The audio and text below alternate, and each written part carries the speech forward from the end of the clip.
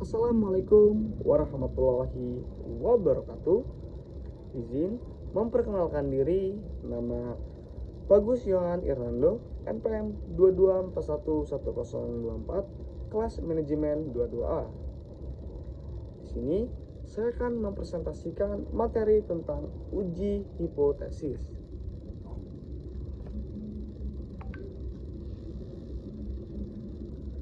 Baiklah, pengertian uji hipotesis.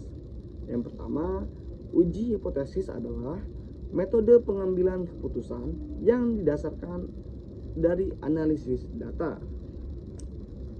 Yang kedua, dalam statistik, hasil dapat dikatakan signifikan secara statistik jika kejadian tersebut hampir tidak mungkin disebabkan oleh faktor yang kebetulan, sesuai dengan batas probabilitas yang sudah ditentukan sebelumnya.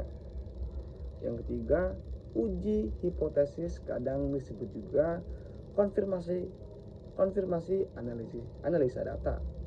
Keputusan dari uji hipotesis hampir selalu dibuat berdasarkan pengujian hipotesis nol. Hal ini merupakan pengujian untuk menjawab pertanyaan yang mengasumsikan hipotesis nol adalah benar. Apa sih itu hipotesis? Hipotesis merupakan jawaban sementara yang hendak diuji kebenarannya. Tidak semua penelitian memerlukan hipotesis. Penelitian yang bersifat eksploratif dan deskriptif tidak memerlukan hipotesis.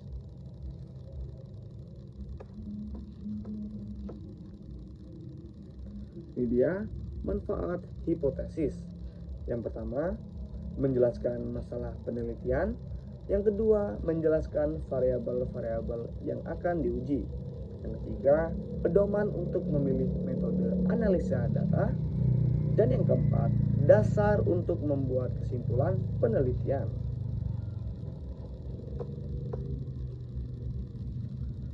Contoh hipotesis. Ada pengaruh positif yang signifikan pemberian insentif, lingkungan kerja, dan kepemimpinan terhadap semangat kerja karyawan PT XYZ. Hipotesis dapat menunjukkan yang pertama masalah penelitian, yang kedua variabel penelitian, yang ketiga metode analisis data, dan yang keempat kesimpulan.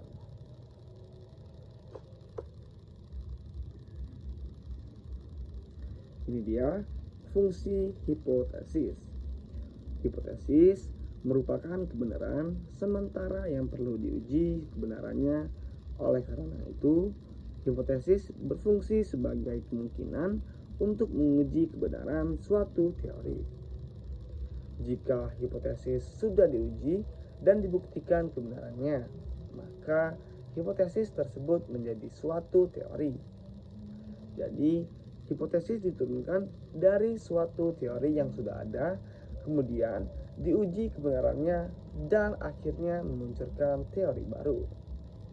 Yang pertama, untuk menguji kebenaran suatu teori. Yang kedua, memberikan gagasan baru untuk mengembangkan suatu teori. Dan yang ketiga, memperluas pengetahuan peneliti mengenai suatu gejala yang sedang dipelajari.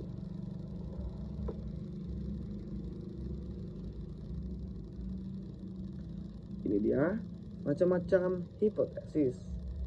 Yang pertama ada hipotesis deskriptif, yang adalah pelayanan administrasi pada Universitas XYZ tidak memuaskan. Yang kedua, kinerja keuangan bank CBA baik. Selanjutnya, semangat kerja karyawan PT XYZ tinggi. Dan yang kedua ada hipotesis komparatif. Yang pertama itu penggunaan metode X lebih baik dibandingkan metode Y. Kedua, kinerja keuangan bank X lebih baik dibandingkan dengan kinerja bank Y. Ketiga, semangat kerja karyawan PT XYZ lebih tinggi dibandingkan dengan semangat kerja PT ABC. Ini dia dasar merumuskan hipotesis. 1. Berdasarkan pada teori. Yang kedua, berdasarkan penelitian terdahulu. Yang ketiga, berdasarkan penelitian pendahuluan. Dan yang keempat, berdasarkan akal sehat peneliti.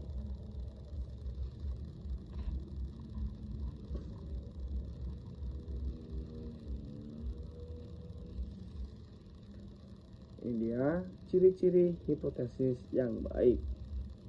Yang pertama, dinyatakan dalam kalimat yang tegas. Upah memiliki pengaruh yang berarti terhadap produktivitas karyawan. Upah memiliki pengaruh yang berkurang berarti terhadap produktivitas karyawan tidak jelas.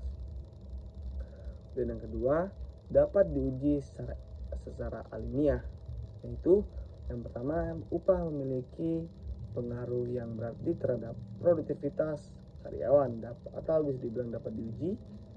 Yang kedua, batu yang belum pernah terlihat oleh mata manusia dapat berkembang biak. Pada hipotesis ini tidak dapat dibuktikan karena kita tidak dapat mengumpulkan data tentang batu yang belum terlihat manusia.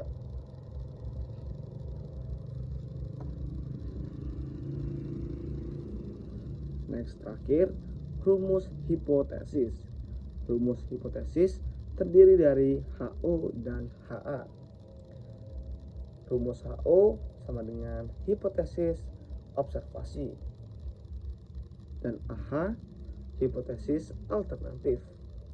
Rumusan hipotesis pada HO dan HA dibuat menggunakan simbol matematis sesuai dengan hipotesis.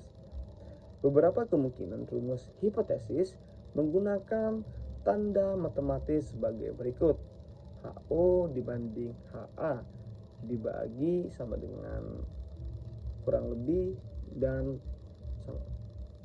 garis miring kiri.